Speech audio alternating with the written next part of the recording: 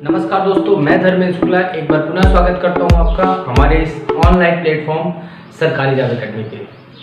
दोस्तों, हम साइंस पढ़ रहे हैं और साइंस में हमने जो चैप्टर उठाया है उसका नाम है न्यूट्रिशन, यानी कि पोषण।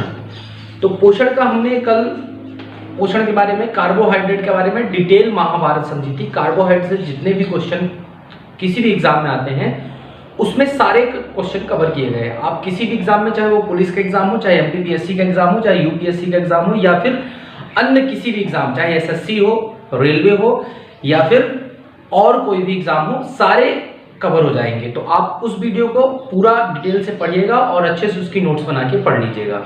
आज हम बात करने वाले हैं प्रोटीन और फैट की। दो चीजें आज कवर करेंगे और फिर विटामिन का वीडियो बड़ी डिटेल में आपको रहेगा, लगभग 1 घंटे से 1.5 घंटे का टॉपिक है वो। ठीक है, तो आज आइए बात करते हैं किसकी, फैट और प्रोटीन की। तो हेडिंग करेंगे सबसे पहले फैट की, यानी कि वसा की। वसा, फैट।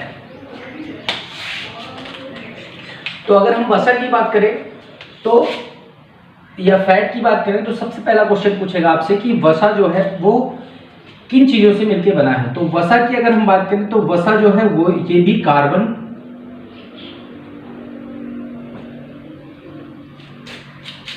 हाइड्रोजन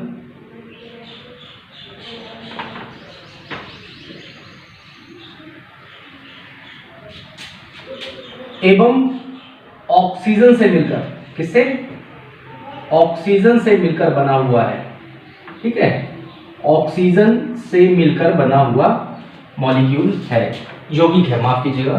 तो चूंकि इसमें कार्बन है तो ये कैसा यौगिक है, क्वेश्चन सिंपल से पूछ लेता है। तो वसा जो है एक कार्बनिक यौगिक, कैसा यौगिक है, कार्बनिक यौगिक। जैसे कार्बोहाइड्रेट क्या था, एक कार्बनिक यौगिक था, तो ये भी क्या है, एक कार्बनिक यौगिक है। आपको ध्यान रखना, क्वेश्चन पूछ लेता है कि वसा क्या है, कार्बोहाइड्रेट क्या है, तो आपको क्या है, क्या टिक करना है, कार्बनिक यौगिक। ऑप्शन में आ जाएगा नाइट्रोजनिक यौगिक, कार्बनिक यौगिक। ठीक है, ऐसे करके ऑप्शन में आ जाते हैं। ठीक है, अब दूसरा, तो फिर वसा और कार्बोहाइड्रेट में अंतर क्या है। जब कार्बोहाइड्रेट भी कार्बन, हाइड्रोजन और ऑक्सीजन से मिलकर बना है, वसा भी कार्बन, हाइड्रोजन, ऑक्सीजन से मिलकर बना है, तो उसमें डिफरेंस क्या है, आपके मन में डाउट होगा। तो जो इसमें ऑक्सीजन का अमाउंट है, वसा में ऑक्सीजन की मात्रा, किसकी मात्रा, ऑक्सीजन की मात्रा कार्बोहाइड्रेट की अपेक्षा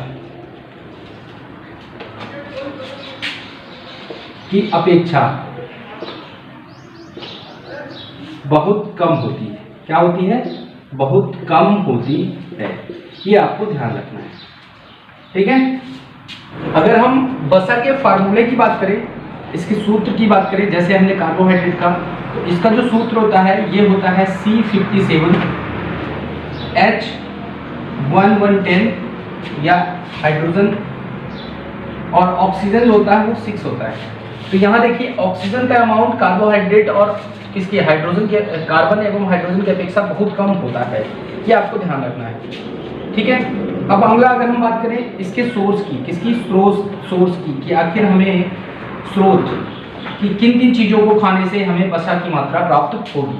तो अगर हम वसा की रिचेस्ट सोर्स की बात करें, या सबसे ज्यादा वसा किसमें पाया जाता है, तो सबसे ज्यादा वसा जो पाया जाता है घी में पाया जाता है। आप सबको पता है कि ghee is the richest source of वसा। ठीक है, घी के बाद आपका ऑयल यानी तेल, ठीक है, मटन, चिकन, आपका चीज इत्यादि में वसा अत्यधिक मात्रा में पाया जाता है।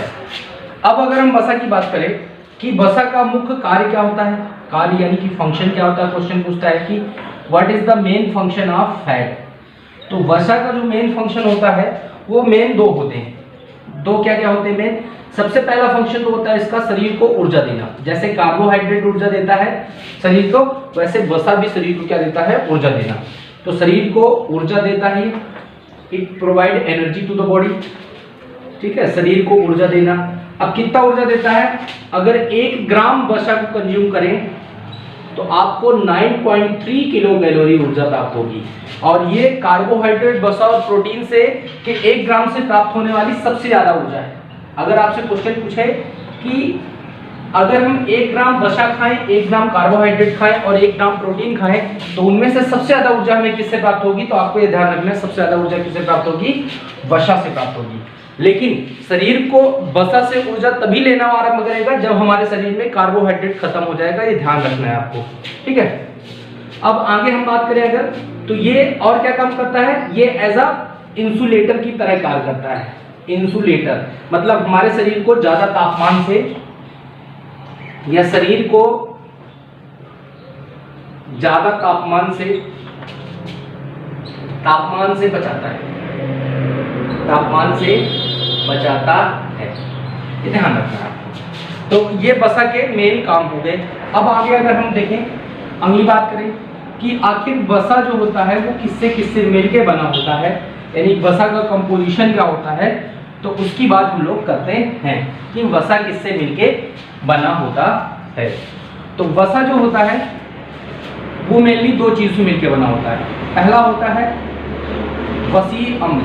वसा में 2 चीजें होती हैं, एक तो होता है वसीय अम्ल, इंग्लिश में इसको हम कहते हैं फैटी एसिड, फैटी एसिड, वसीय अम्ल। और दूसरा इसमें क्या होता है? इसमें होता है ग्लिसरॉल, ग्लिसरॉल, ठीक है। ग्लिसरॉल की अगर फार्मूला बात करें तो हम ऐसा कुछ फार्मूला होता है C3H8, C3 होता है, ठीक है। अब ये ग्लिसरॉल जो होता है, वसीय अम्ल कितने होते हैं? 3 मॉलिक्यूल होते हैं, 3 अणु वसीय अम्ल के, और प्लस ग्लिसरॉल का 1 अणु मिलकर क्या बना देता है? क्या बनाता है? वसे का निर्माण करता है। किसका निर्माण करता है? वसा का निर्माण करता है। अगर क्वेश्चन पूछा है वसीय अम्ल में कौन सा ग्रुप पाया जाता है, तो COOH यानी कि कार्बोक्सिल ग्रुप, कार्बोक्सिल ग्रुप पाया जाता है, ये ध्यान रखना है आपको। अब अगर हम वसा की बात करें तो वसा जो होता है मेनली 2 प्रकार से होता है। वसा कितने प्रकार से होता है? वसा 2 प्रकार का होता है, जी ध्यान रखना है आपका। वसा 2 प्रकार का होता है। एक कौन सा होता है? एक होता है संतृप्त वसा, संतृप्त वसा, संतृप्त वसा, इंग्लिश में इसको कहेंगे सैचुरेटेड फैट। और दूसरा जो होता है वो होता है असंतृप्त वसा, असंतृप्त वसा, इंग्लिश में इसको क्या कहेंगे? Unsaturated fat, unsaturated fat. तो वसा 2 प्रकार का होता है, एक होता है संतृप्त वसा, दूसरा होता है असंतृप्त वसा। इसकी बात कर लेते हैं हम लोग, क्या होता है संतृप्त वसा और क्या होता है असंतृप्त वसा।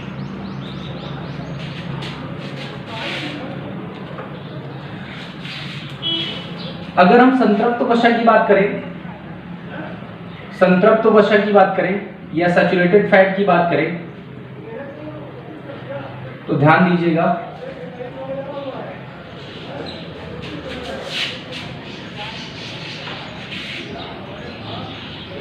इसमें कार्बन और कार्बन के मध्य कैसा बॉन्ड होता है? सिंगल बॉन्ड होता है, ये ध्यान रखिएगा। 2 कार्बन मॉलिक्यूल के मध्य कैसा बॉन्ड होगा? सिंगल बॉन्ड होगा, ठीक है। दूसरी क्या पहचान है संतृप्त वसा की?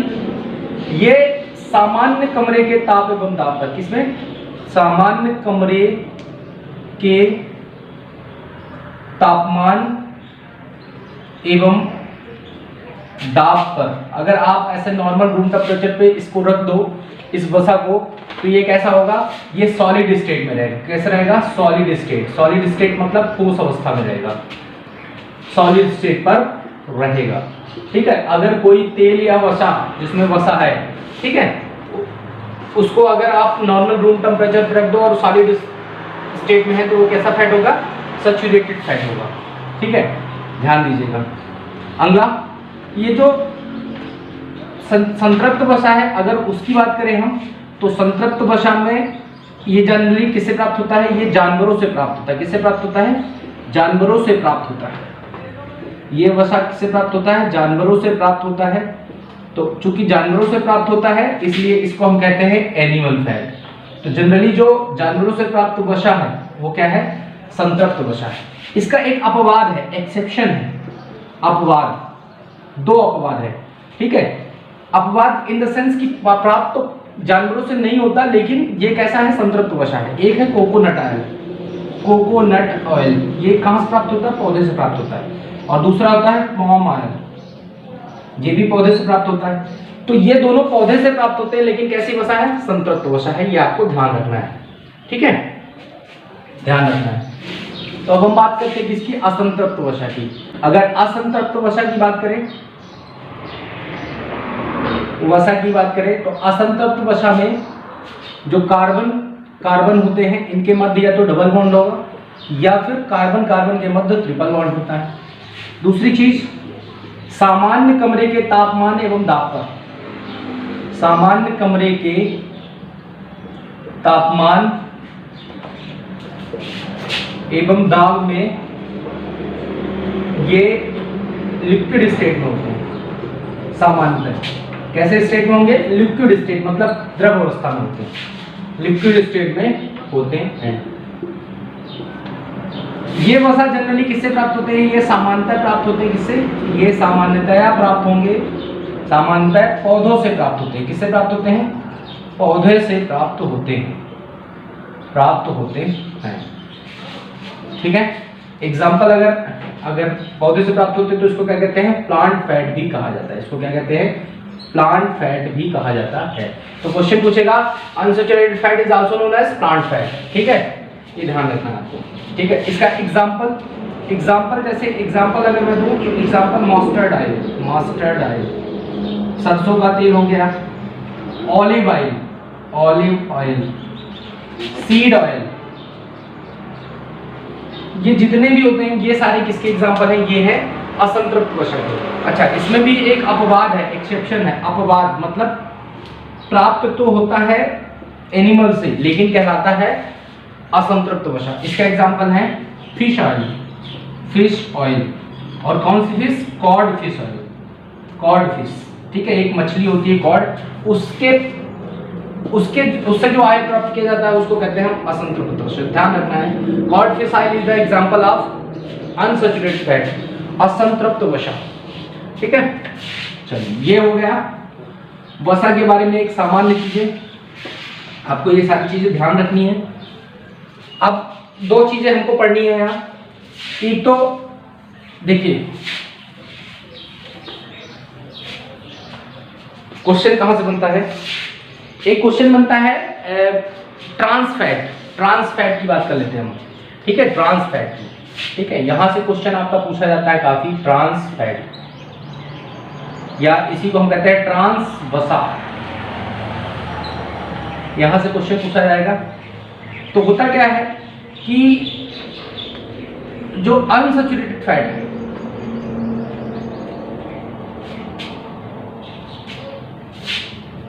अनसैचुरेटेड फैट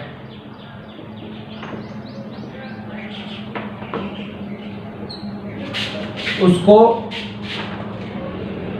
सैचुरेटेड फैट, या हम यूं कहें कि इस असंतृप्त वसा को संतृप्त वसा में,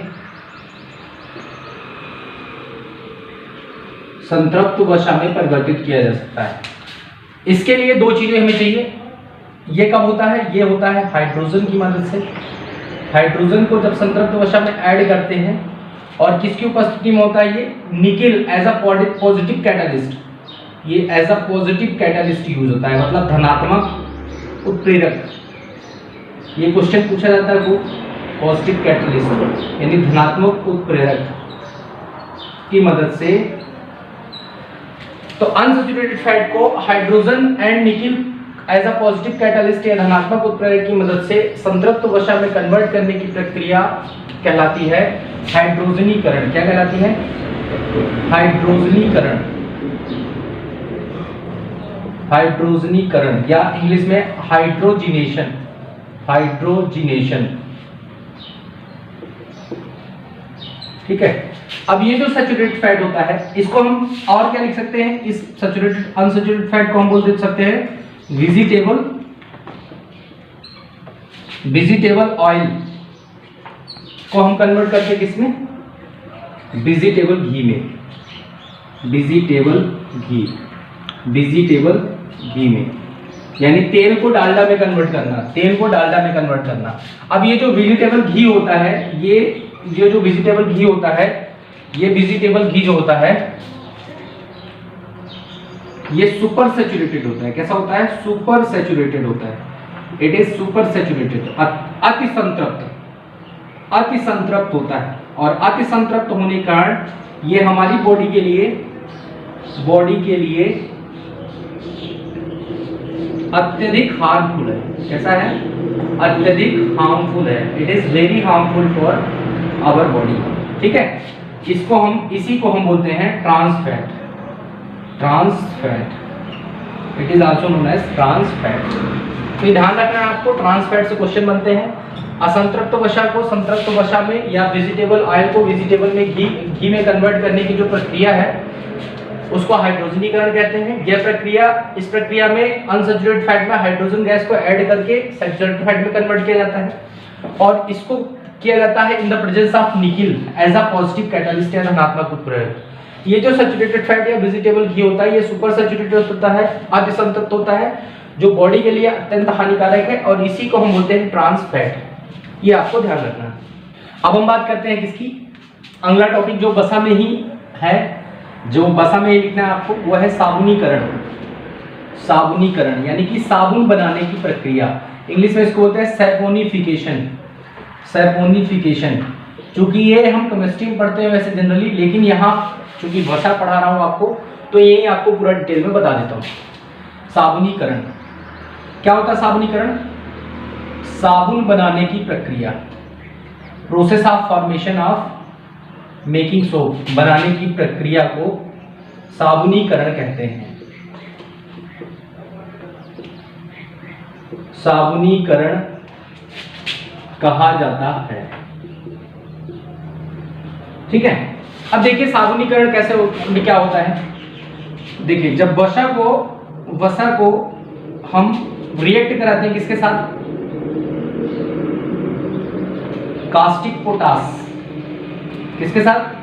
कास्टिक पोटास या पोटेशियम हाइड्रोक्साइड या कास्टिक पोटास, अथवा सोडियम हाइड्रोक्साइड या कास्टिक सोडा के साथ। जब हम वसा को कास्टिक पोटास या पोटेशियम हाइड्रोक्साइड या कास्टिक सोडा या पोटेशियम सोडियम हाइड्रोक्साइड के साथ रिएक्ट कराते हैं, तो जो प्रोडक्ट बनता है वो बनता है C15H37 COONA अथवा K। ठीक है, ये प्रोडक्ट बनता है। और साथ में बनता है ग्लीसरॉल। क्या बनता है? ग्लीसरॉल, मतलब C3H8C3। ठीक है, ये जो है ये C15H37 CONA, ठीक है, या पोटेशियम, इसी को हम कहते हैं साबुन। क्या कहते हैं? साबुन। ठीक है, या सोप। और ये जो ग्लीसरॉल है ये एज अ बाई प्रोडक्ट बनता है, जिसका यूज कहाँ होता है? दो जगह, या तो हेयर जेल बनाने में होता है, हेयर जेल बनाने में यूज किया जाता है, या तो फिर फेस मास्क वगैरह में यूज किया जाता है, फेस मास्क। ठीक है, अब ध्यान दीजिएगा, अगर हम कास्टिक पोटास का यूज करते हैं, यानी अगर कास्टिक पोटास की रिएक्शन कराते हैं किससे? वसा से, तो जो बनने वाला कंपाउंड है तो वो बनेगा C15H37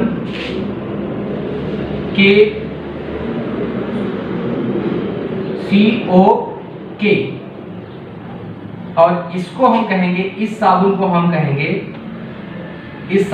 कहेंगे सॉफ्ट सोप या नरम सोप साबुन।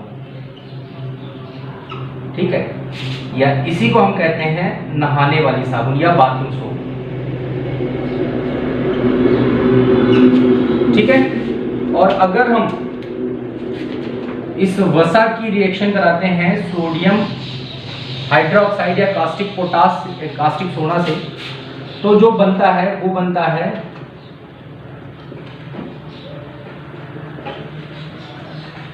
ये प्रोडक्ट बनता है। और इस प्रोडक्ट को या इस साबुन को हम कहते हैं, इस साबुन को हम कहते हैं कठोर साबुन, कठोर साबुन या हार्ड सोप। और ये हार्ड सोप जो होती है ये क्या है, ये कपड़े वाली साबुन। ये कैसी है साबुन है, ये कपड़े वाली साबुन, यानी कपड़े धोने के लिए यूज की जाती है। तो वसा का प्रयोग हम साबुन के निर्माण में भी करते हैं। जब वसा की रिएक्शन हम कास्टिक पोटास या कास्टिक सोना से करते हैं तो हमें साबुन प्राप्त होता है, साथ में glycerol as a by product के रूप में प्राप्त होता है। तो जब वसा का हम कास्टिक पोटास से रिएक्ट कराते हैं तो जो हमको बनता है वो नर्म साबुन होता है, और जब वसा की रिएक्शन हम कास्टिक सोडा से करते हैं तो जो हमें साबुन प्राप्त होती है वो कठोर साबुन होता है। ये कपड़े धोने वाली साबुन होती है।